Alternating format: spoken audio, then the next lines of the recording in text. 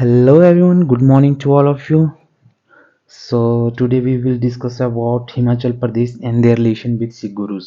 So guys, इसको हमने पहली वीडियो में भी थोड़ा डिस्कस कर लिया है क्योंकि इस वीडियो को हमने दो पार्ट में डिवाइड किया गया है। तो आज हम पढ़ेंगे जो गुरु गोविंद सिंह जी के समय का जो इतिहास है हिमाचल प्रदेश का, उसको आज डिस्कस करेंगे। लेकिन इससे पहले भी बहुत सारे गुरु थे, जैसे गुरु नानक देव जी थे, गुरु अर्जुन देव जी थे, गुरु तेग बहादुर सिंह जी थे, हरगोविंद सिंह जी थे। तो इनके बारे में हमने पिछली वीडियो में डिस्कस कर लिया है। अगर किसी ने वीडियो नहीं देखी है तो वो वीडियो को ज़रूर देख लें, तब जाके आपको आगे का जो ये वृतांत मैं बताऊंगा, ये जो हिस्ट्री गुरु गोविंद सिंह की मैं बताऊंगा, तो इसके बारे में आपको तभी ज़्यादा पता लगेगा जब आपको पहले गुरु आए थे उनके बारे में भी आपको पता होगा। अगर सो चलिए स्टार्ट करते हैं वीडियो को। तो आज की वीडियो का जो हमारा मेन कॉन्सेप्ट है वो है गुरु गोविंद सिंह के समय जो हिमाचल प्रदेश का इतिहास है वो कैसा रहा था। तो इसको हमने दूसरी पार्ट में इस वीडियो को बनाया है। तो चलिए अब देखते हैं। तो इस वीडियो में हम क्या करेंगे, हम मेन मेन जो पॉइंट हैं हमारे, हम उनको डिस्कस करेंगे इस वीडियो में। तो सबसे पहले चलते हैं कि जो मेन पॉइंट्स हैं वो कौन कौन से हैं। तो गाइस सबसे पहले जो हमारे मेन पॉइंट्स हैं, पहले तो है सिरमौर प्रवास। सिरमौर प्रवास मीन्स कि गुरु गोविंद सिंह जी थे वो सबसे पहले सिरमौर आए थे। तो उनका आना किस तरह से हुआ था, क्यों वो सिरमौर आए थे, किस वजह से आए थे, ये सब मतलब जो सिरमौर प्रवास जो हमारा पॉइंट है इसमें हम डिस्कस करेंगे। दूसरा जो हमारा पॉइंट है वो है भगानी युद्ध। भगानी युद्ध ये बहुत ही इम्पोर्टेंट है और बहुत बार ये एग्जाम में पूछा भी जाता है, जो कि हुआ है 1686 ईस्वी में। थर्ड जो हमारा पॉइंट है वो है नदौन युद्ध। नदौन युद्ध ये भी बहुत इंपॉर्टेंट है इन पॉइंट ऑफ व्यू, मतलब जो हमारे एग्ज़ाम होते हैं उनमें ये पूछे जाते हैं हिमाचल के। फोर्थ वन है हमारा मंडी यात्रा, कि गुरु गोविंद सिंह मंडी में कब आए, क्यों आए, किसी ने बुलाया था। ठीक है। उसके बाद हमारा जो लास्ट आता है वो है खालसा पंथ की स्थापना, कि खालसा पंथ की जो स्थापना हुई थी वो कैसे हुई थी, कब हुई थी, तो क्यों की गई थी वो। तो इसके बारे में भी हम डिस्कस करेंगे डीपली।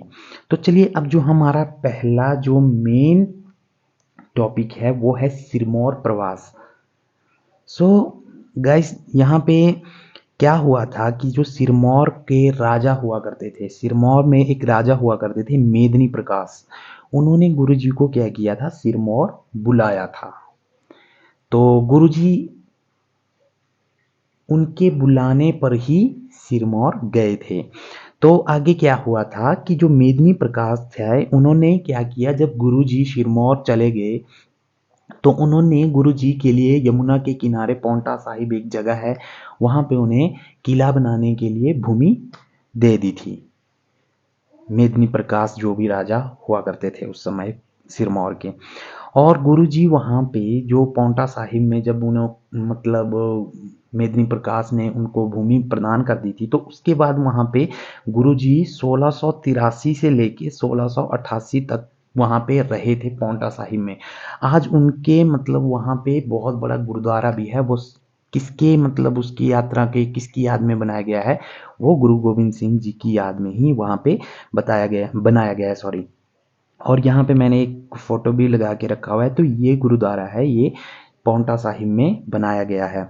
और यहाँ पे जो गुरु गोविंद सिंह जी थे, इन्होंने क्या किया था, अपने जो 10वां ग्रंथ था, 10म ग्रंथ, उसकी रचना की थी। ठीक है। तो इसमें मेन मेन जो पॉइंट ये थे कि जो सिरमौर के राजा हुआ करते थे मेदिनी प्रकाश, उन्होंने गुरुजी को यहाँ बुलाया था, तब गुरुजी वहाँ पे गए थे सिरमौर में।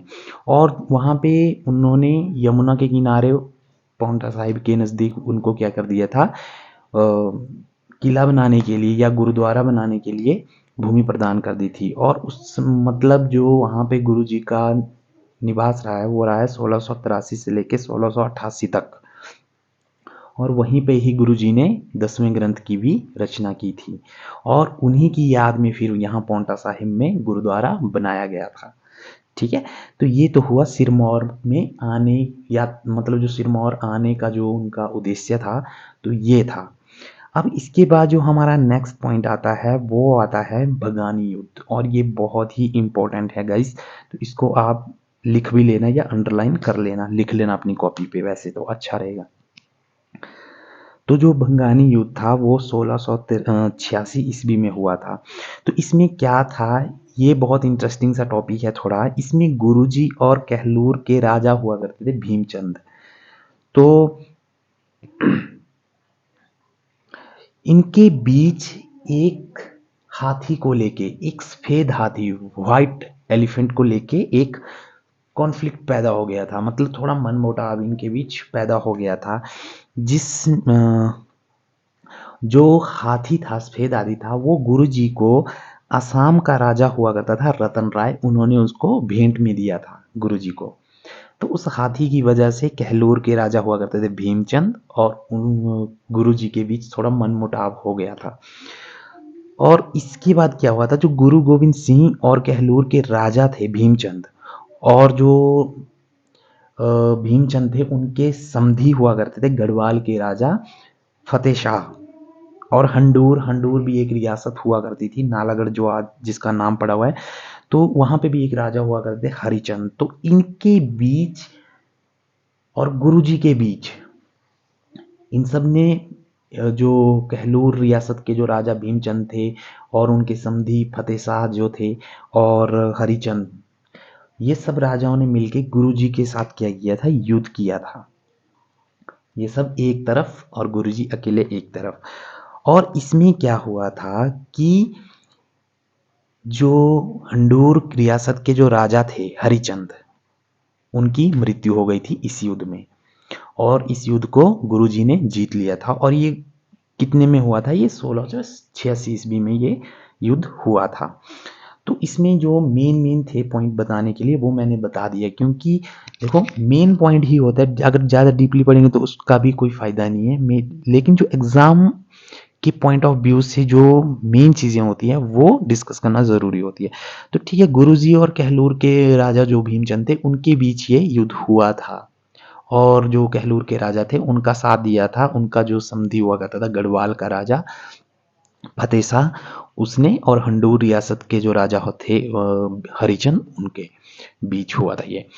तो इसमें इस युद्ध का एक मेन जो था वो एक हाथी को लेके था, एक सफेद हाथी को लेके जो कॉन्फ्लिक्ट था वो एक व्हाइट एलिफेंट के उससे हुआ था।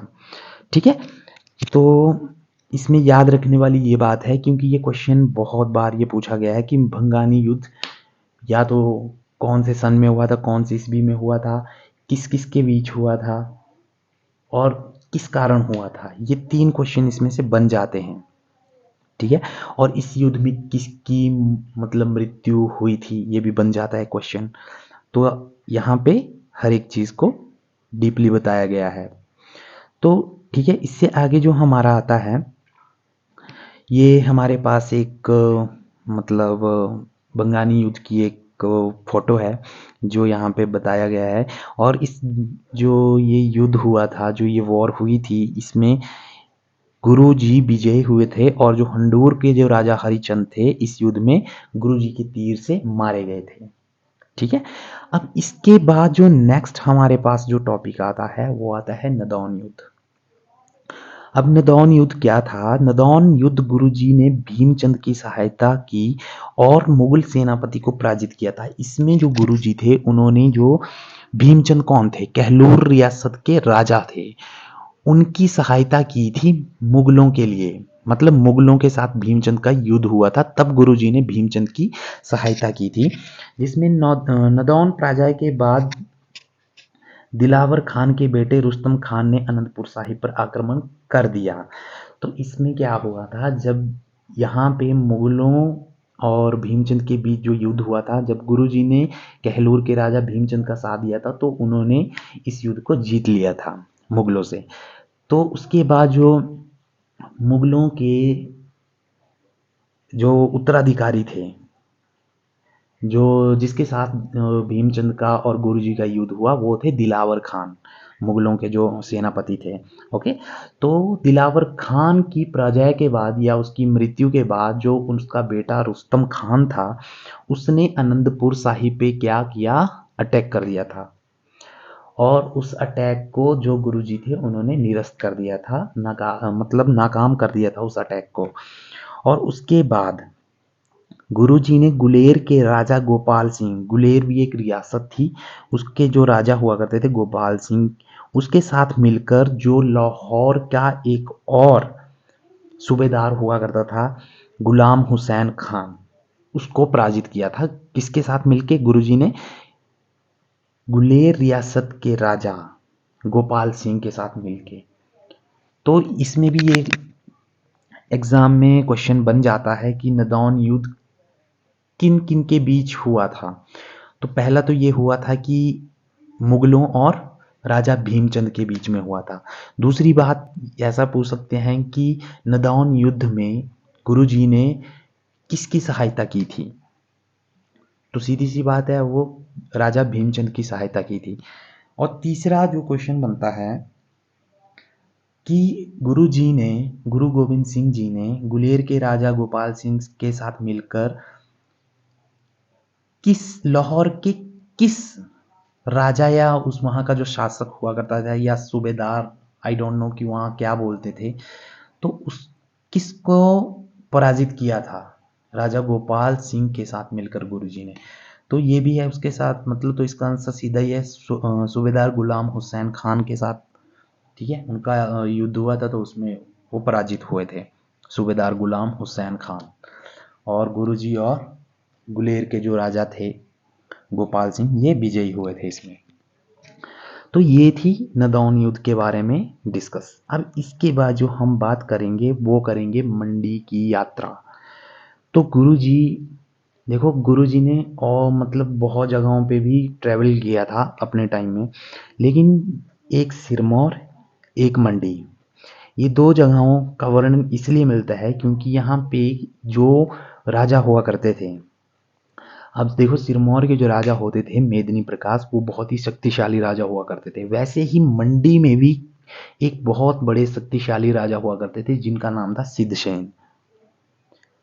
ठीक है, इसको याद रखना, जो मंडी के बहुत ही शक्तिशाली राजा हुआ करते थे सिद्धसेन, इन्होंने गुरुजी को क्या किया था, इनवाइट किया था मंडी आने के लिए।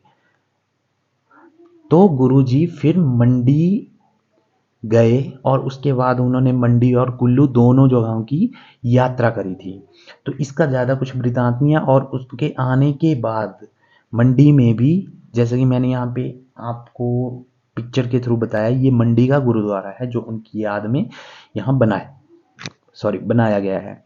ठीक है, तो मंडी यात्रा का तो इतना ही वृतांत है कि इनको जो राजा सिद्धसेन थे मंडी के, उन्होंने गुरुजी को इनवाइट किया था मंडी यात्रा के लिए या मंडी आने के लिए। ठीक है, सो इसके बाद गाइस हमारा लास्ट जो टॉपिक है वो है खालसा पंथ की स्थापना। अब खालसा पंथ की स्थापना, ये तो हिमाचल के साथ उसका क्या लेना देना है वो तो नहीं है, लेकिन फिर भी थोड़ा बहुत है लेना देना, इसलिए ये टॉपिक यहाँ पे क्या किया है, ऐड किया गया है। तो खालसा पंथ की स्थापना देखो, सबसे पहले 13 अप्रैल 1699 ईस्वी को बैसाखी के दिन गुरु गोविंद सिंह जी थे, उन्होंने 80,000 सैनिकों के साथ आनंदपुर साहिब में खालसा पंथ को स्थापित किया था। इस डेट को याद रखिएगा, 13 अप्रैल 1699 ईस्वी को। और कहाँ पे किया था? आनंदपुर साहिब में खालसा पंथ की स्थापना की थी। इसका जो मेन उद्देश्य ये था कि गुरु जी थे वो सिखों को एक सैनिक शक्ति के रूप में संगठित करना चाहते या देखना चाहते थे। ठीक है, जो खालसा पंथ था इसका एक मेन मोटो क्या था कि जो गुरु जी थे वो जो सिख थे उनको वो सैनिक शक्ति के रूप में देखना चाहते थे। तो इसलिए उन्होंने खालसा पंथ की स्थापना की थी 13 अप्रैल 1699 ईस्वी को। कहाँ पे? आनंदपुर साहिब में। और जब इस पंथ की स्थापना हुई तो उसके बाद जो पहाड़ी राज्य थे या पहाड़ी क्षेत्रों के जो राजा थे वो डर गए थे। इस चीज़ को भी याद रखना, ये बहुत बड़ी लाइन है कि जब खालसा पंथ की स्थापना हुई थी उसके बाद जो पहाड़ी राज्य थे उनमें बहुत मतलब डर पैदा हो गया था। और उसी डर की वजह से जो कहलूर के राजा हुआ करते थे उन्होंने मुगलों से सहायता मांगी थी गुरुजी को पराजित करने के लिए। लेकिन गुरुजी इस युद्ध में भी फिर क्या हो गए थे, विजय हुए थे। तो यही सब कुछ था जो गुरु गोविंद सिंह जी के टाइम में हिमाचल प्रदेश का जो इतिहास रहा है वो यही रहा है। तो इसमें हमने मेन मेन जो टॉपिक पढ़े थे वो पढ़े